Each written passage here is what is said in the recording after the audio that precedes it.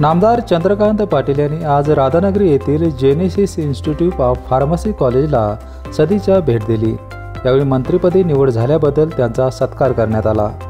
पंतप्रधान नरेंद्र मोदी यांनी मुलींच्या शिक्षणाबाबत अनेक चांगल्या सुविधा अंमलात आणण्याचे उद्दिष्ट ठेवल्याचे सांगत या कॉलेजच्या माध्यमातून राबवण्यात येणाऱ्या उपक्रमांना सहकार्य करण्याचे आश्वासन नामदार पाटील यांनी सत्कार प्रसंगी दिले।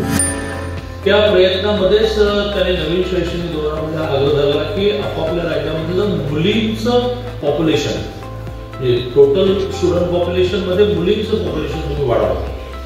आणि मग त्यातलाच एक भाग म्हणजे आपल्या राज्यात आपण निर्णय केला की 14ला देवेंद्रजी मुख्यमंत्री झाले त्याचा पहिला निर्णय आपण हा केला की 8 लाखापेक्षा कमी उत्पन्न असणाऱ्या विद्यार्थ्यांनी दोघांची 50% फी आपण भरायची आणि 642 कोटी आहे, ज्याच्यावर 2700 कोटी रुपये आपण खर्च करतो। यावेळी भाजपा जिल्हाध्यक्ष नाथाजी पाटील, कोकोचे संचालक अभिजित तायशेट्टे, संभाजी आरडे, जेनेसिस कॉलेजच्या अध्यक्षा आरती तायशेट्टे, प्रशासकीय प्रमुख डॉक्टर शोभराज माळवी आणि पालक विद्यार्थी उपस्थित होते।